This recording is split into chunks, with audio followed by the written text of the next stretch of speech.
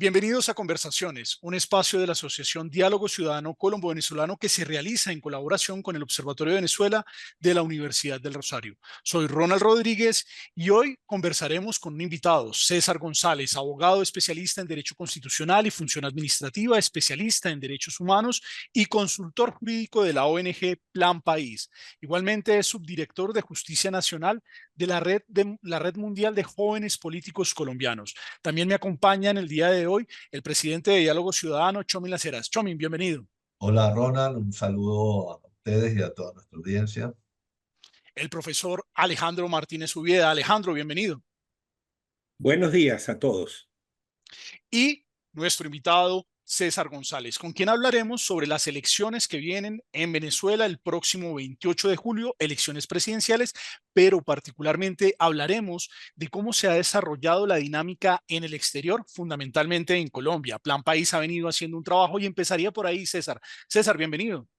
Bueno, muchísimas gracias a todos por la invitación, como siempre. César, quisiera preguntarte por el trabajo que viene desarrollando Plan País en este acompañamiento al proceso electoral que elegirá el próximo presidente de los venezolanos. Bueno, el trabajo ha sido inalcanzable desde el registro electoral, que bueno, ha tenido sus ciertas irregularidades, que empezó 8 días después, que colocaron unos requisitos extralegales, como también que colocaron pues algunas trabas por sistemas que se cayó en varias oportunidades. Las elecciones se dan también en una tonalidad donde muy pocas personas se pudieron inscribir, lo cual generó también... vamos a decirlo así, un daño porque se esperaba un poco más y sin embargo, bueno, hasta el momento, yo creo que algo que hay que recalcar mucho es el registro electoral, que no permitió que millones de venezolanos que están en Colombia se pudiesen registrar por estos requisitos como una cédula de residente permanente y bueno, tener el pasaporte vigente, teniendo en cuenta que es el segundo pasaporte más costoso de Latinoamérica y que solamente 7.000 personas van a poder votar en Colombia, siendo uno de los países donde el 40% de la diáspora está acá. César, César, perdón, adelante sí, Alejandro. gracias, Chomin. César, este no es el único obstáculo que ha habido, pero es probablemente uno de los más gruesos. Efectivamente, el número de inscritos en el registro que permite votar en el exterior es sencillamente ridículo en comparación con la diáspora. Es decir, ya era desde hace 10 años alrededor de 100.000 personas y prácticamente sigue siendo lo mismo, incluso hasta en algún sentido ha habido hasta decrecimiento. Ahora, ¿cuál es, ¿cuáles son los mecanismos por los cuales se fue cercenando esta posibilidad de que, porque está establecida en la Constitución, que la gente pueda votar en el exterior? ¿Qué mecanismos utilizó el régimen de Nicolás Maduro para ir marginando y quitándole ese derecho a los venezolanos en el exterior? Sí, Alejandro, mira, algo que recalca es el grueso realmente fue el registro electoral, teniendo en cuenta que pues la norma te establece solamente tres cosas.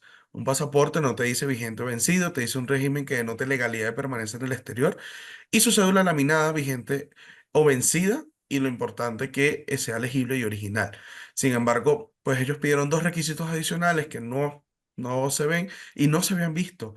Ojo, históricamente siempre habían pedido el pasaporte, pero no importaba el estado en que estaba, si vigente o vencido. Pero pedir la residencia permanente, siendo Colombia, y no solo Colombia, veámoslo en el mundo, es complejo tener una residencia permanente porque te equipara que la persona tiene una cantidad de años en el país y una cantidad de documentación en el país. Y hay que recalcar sobre todo Colombia. Por lo cual más del 80% de los venezolanos tienen permiso por protección temporal. Es su documento idóneo. En consecuencia, no haberlo aceptado por motivo de que su referencia era que es un documento que creó Colombia para contabilizar a los venezolanos y darle algunas oportunidades, pero que para ellos no era un documento de regularidad como tal, que lo único Ahora, es la residencia permanente. pero jurídicamente, ¿tiene algún sentido que un Estado le pida a sus ciudadanos para el ejercicio de un derecho político un documento emitido por otro Estado? Es decir, que, digamos, el derecho al voto esté condicionado por la decisión de otro Estado. Es decir, es una entrega de soberanía impresionante, vulgar realmente. Pues legalmente no debió como te comento, en la ley lo que establece es un régimen que denota legalidad de permanencia, tal cual así lo dice. Es decir, cualquier tipo de documento que la persona hubiera demostrado en el exterior que indica que está regulada en el país hubiera sido suficiente. Sin embargo, fue parte, se puede considerar de las artimañas o de las formas que se ubicó para poder restringir un poco el proceso. Y pues Colombia en particular, pero tú tener una residencia permanente, pues primero tienes que tener más de 5 años en el país y con una cantidad de documentación particular para poder solicitar. Entonces, genera un poco de inconvenientes allí legales que no debieron, teniendo en cuenta que pues ya hay un anterior documento donde dice que el permiso por protección temporal denota legalidad, denota un domicilio legal en el país y por ende la persona tiene una residencia. Por eso es un documento incluso que dura 10 años. Entonces genera una estabilidad total para el ciudadano venezolano en Colombia, pero es parte o el grueso de que solamente se pueden inscribir aproximadamente 932 personas, teniendo en cuenta, como lo comentaba, que el 40% de la diáspora está aquí en Bogotá. Solo votarán 4.000 personas, 4.300, donde solo Bogotá tiene casi 600.000 venezolanos contabilizados. Entonces, si las cifras no son proporcionales por ninguna forma en que lo veas frente a la diáspora que está en el país. Mira, César, el voto en el exterior en estas próximas elecciones del 28 de julio tienen un precedente muy cercano que fueron las elecciones primarias que celebró la oposición, donde también se votó de forma muy importante en el exterior, ¿no? ¿Cómo se desarrolló, digamos, este proceso y qué relación tú le ves con estas próximas elecciones? Mira, la relación en el inicio es que muchas personas que votaron en las primarias fueron a inscribirse, fueron a intentar cambiar su residencia en el CNE, pero lamentablemente pues la gran mayoría fue rechazado por el mismo tema que tenían el permiso por protección temporal. Segundo, esto movilizó, esas elecciones en octubre movilizaron mucho esa fibra electoral, como que de una u otra forma las personas ya después de muchos años sin poder votar, eso movió esa fibra electoral que necesitaba el venezolano para poder generar. Sin embargo, aún pues hay gente que pregunta cómo puede hacer el cambio y demás.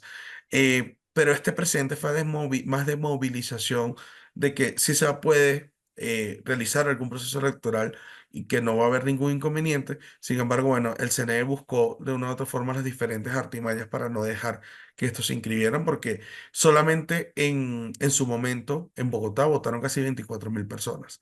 Entonces, ya es una cifra que obviamente no representa la diáspora que tiene Bogotá, pero sin embargo es una cifra un poco más llamativa frente a solamente 4.000 personas. César, yo te quisiera preguntar por el procedimiento de la votación el próximo 28. Las dinámicas de votación en Colombia y en Venezuela son diferentes. En Colombia nosotros iniciamos la votación a las 8 de la mañana y va hasta las 4 de la tarde. Y particularmente la comunidad venezolana pues no va a tener, digámoslo así, en su día a día la posibilidad de participar como lo pueden hacer los colombianos, que se hacen un día domingo, que es feriado, donde no se trabaja. Muchos de los venezolanos pues dependen precisamente del día a día y muchos pues trabajan el domingo y no van a contar con permisos por parte de sus jefes, no hay dinámica para ello.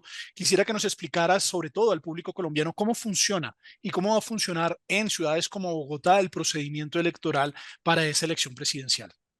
Sí, bueno, me das un dato muy curioso porque justamente la alcaldía cuando me llamó para conocer un poco por parte del comando cómo iba el proceso, es llamativo que nosotros votamos 12 horas. A las 6 de la mañana iniciamos, a las 6 de la tarde culminamos. Entonces es una votación bastante larga, o con un tiempo de duración bastante largo. Sin embargo, bueno, la dinámica es que nosotros tenemos una instalación de la mesa que aquí va a ser el día sábado para poder como revisar el material. El domingo desde las 4 de la mañana vamos a estar testigos y miembros en las mesas, para poder arrancar como tal el proceso a las 5 de constitución de la mesa y a las 6 poder iniciar la votación y bueno, y que se desarrolle durante el día. Y ya a las 6 de la tarde, a pesar de que cerramos el centro electoral, algo que tiene el exterior como característica es que solo cerramos y contabilizamos boletas, más no contamos votos, porque tenemos que esperar el primer boletín de Venezuela. Es decir, Si me preguntas a mí, Ronald, todo este proceso, sabemos que puede iniciar a las 4 de la mañana, pero no sabemos ni siquiera la hora de fin, porque el primer boletín de Venezuela estamos siempre acostumbrados que lo emiten bastante tarde.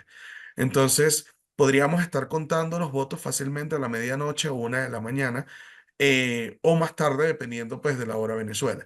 Entonces, es un proceso bastante llamativo, la hora de la salida, porque la gran mayoría de los testigos estamos acostumbrados a estar 24 horas en el centro electoral.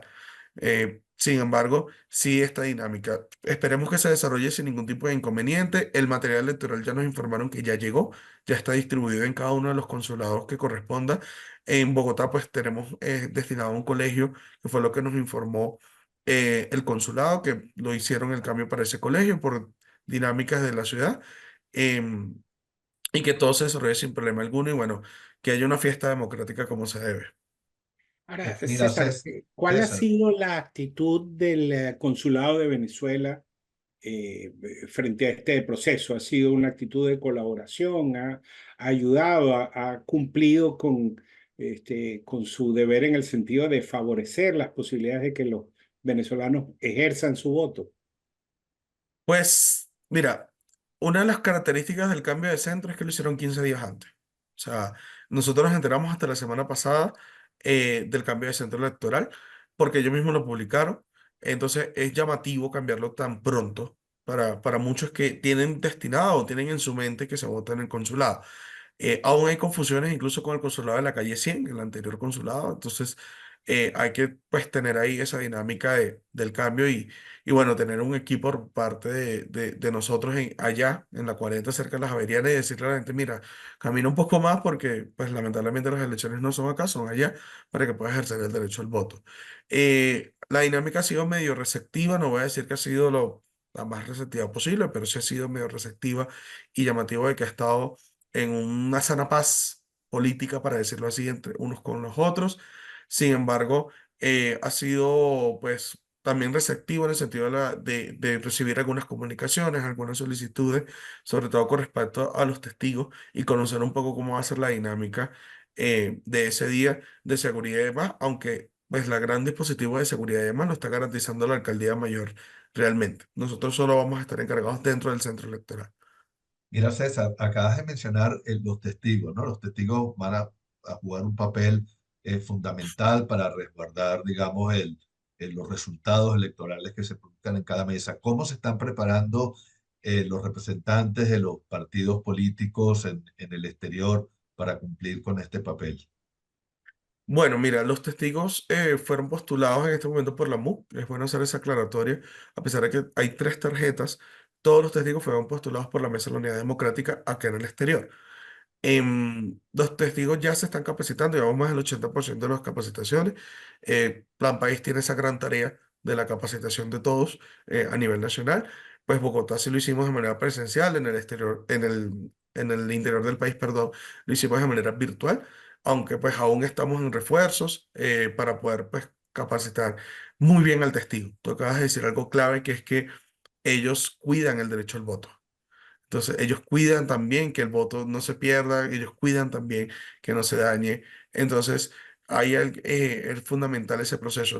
Los representantes de partidos pues hicieron una tarea titánica de encontrar primero el testigo, porque en la baja inscripción que tuvimos, lamentablemente fue un proceso titánico de buscar. Incluso los testigos, la gran mayoría son personas que votaron en el 2018 y que, bueno, en este momento quieren aportar su grano de arena, pero la capacitación va bastante bien. Mira, si es necesario que vamos a capacitar uno a uno en algún momento, porque nos interesa que estén súper claros del proceso. Y bueno, tener en cuenta que hasta incluso el instructivo lo acaban de cambiar, hicieron unas correcciones en el proceso. Entonces, esto es también llamativo como el CNE, no sabemos si es un retraso interno o es que están sobre la marcha haciendo las adecuaciones que ellos vean necesarias. Ahora, César, tú has dicho que los testigos están todos registrados en representación de la tarjeta de la Mesa de la Unidad.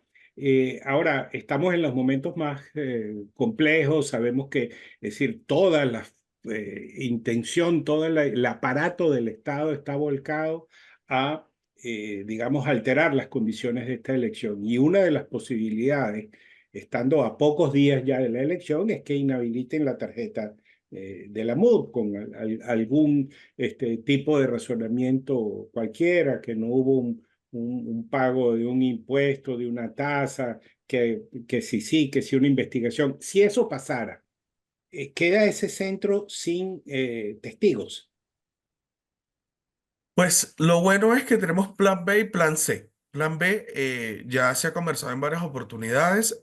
Tenemos en este momento un nuevo tiempo como una tarjeta válida que postuló candidato. Y pues lo importante es que entre un testigo por candidato. Es decir, que si no podríamos acreditarlos por la MU, podríamos acreditarlos por un nuevo tiempo. Ahora bien, las acreditaciones pues aún están en ese proceso, esta semana se culmina, entonces si hay algún cambio de último momento vamos a poder subsanarlo y si no nos tocará de manera manual ese día de que el representante del partido, que aquí hay un representante de un nuevo tiempo, hay dos representantes, mejor dicho, de la Nacional de un nuevo tiempo, puedan firmar esas credenciales para no quedarnos sin ello. Tenemos conocimiento por una reunión que tuvimos ayer de que Caracas también está en ese pensamiento, en ese movimiento, de que si inhabilitan o llegan a inhabilitar la mesa de la unidad, pues tenemos el respaldo de un nuevo tiempo o en su efecto de Movimiento por Venezuela para poder respaldar los testigos, pero no quedarnos sin testigos. Eso ha sido el mensaje importante a nivel internacional y a nivel nacional de no quedarnos sin testigos y que la capacitación sea fundamental porque por primera vez tenemos prácticamente el 100% de los centros cubiertos con testigos electorales y esta ha sido una falla importante en anteriores temas y creo que esta vez no podríamos cometer sabiendo pues todos los procesos como se han desarrollado. César, yo te quisiera preguntar por la información para ese día. ¿Dónde puede encontrar un ciudadano venezolano información para poder participar en el evento electoral? Listo, para poder votar como tal y pues encontrar de repente una información del centro, están las redes sociales del Comando con Venezuela en Colombia y en la página del Consulado de Venezuela está ya colgada la dirección del Colegio Palermo donde va a ser la votación aquí en Bogotá. En el interior del país se mantienen las mismas secciones consulares que ya se conocen. Entonces, por lo menos en el interior no vamos a tener tanto inconveniente. Igual si desean pues estar muy pendiente del proceso, algo que le pedimos a las personas es estar muy atentos porque la defensa del voto no va tan solo los testigos que estamos dentro y el resto pues la defensa del voto también viene por el acompañamiento al cierre del centro electoral, de la verificación ciudadana que se debe hacer y estar allí en acompañamiento al final del proceso para que no haya ninguna irregularidad, ninguna pérdida de material ni nada por el estilo. Mira, César, el clima electoral en Venezuela se ha venido enrareciendo bastante estos últimos días, especialmente, digamos, no solamente por declaraciones muy fuertes, incluso del propio presidente de Venezuela, anunciando que puede haber una guerra civil o un baño de sangre, sino también por detenciones, por ejemplo, que ha habido, cosa que es muy, muy grave. ¿Tú crees que este ambiente ya que se va enrareciendo y poniendo mucho más tenso, puede afectar el nivel el ánimo de los electores para ir a votar? Pues de una u otra forma, yo creo que esta vez o esta elección yo la siento diferente. Yo la siento que de una u otra forma, tanto las detenciones como estas amenazas, eh, como también estas perlas, para decirlo así coloquialmente, que lanza el gobierno nacional, busca desmeritar, busca dañar un poco el sentimiento de las personas, pero sin embargo, yo me entregó en modo muy personal, ha habido mucha esperanza. O sea, la gente está muy motivada al proceso del voto, más allá de lo que suceda, y hay mucho apoyo. Sí influye, obviamente, yo creería que el final del proceso, de que hayan algunas personas que nos quieran acompañar, creo que eso va a generar cierto miedo, decir que va a haber un baño de sangre y pues toda la historia que ya tenemos con colectivos y demás, pero creo que en este momento no hay tanta afectación, sino más bien hay mucha esperanza y como te digo, hasta las detenciones, lo que ha generado en vez de miedo, ha generado más bien rabia en las personas para que salgan mucho más a votar. Y ese es el mensaje, salir a votar, no luchar con nadie, no coger lucha en ningún sentido, sino ir a los centros electorales y resguardar los centros al final del día. para que cada voto se garantice y que cada voto cuenta en este momento. Gracias, César González. Para la organización Diálogo Ciudadano y el Observatorio de Venezuela es fundamental la igualdad y equidad de género. El día de hoy no nos acompaña la profesora María Clara Roballo, quien hace parte del equipo y quien se encuentra de vacaciones. A todos los que se conectaron a este programa, muchas gracias. Los esperamos la próxima semana en una nueva edición de Conversaciones de la Asociación Diálogo Ciudadano Colombo-Venezolano. También pueden seguirnos a través de las redes sociales, así como de las del Observatorio de Venezuela de la Universidad del Rosario, y en el portal de La Silla Vacía pueden encontrar el episodio del día de hoy. A todos y todas, muchas gracias.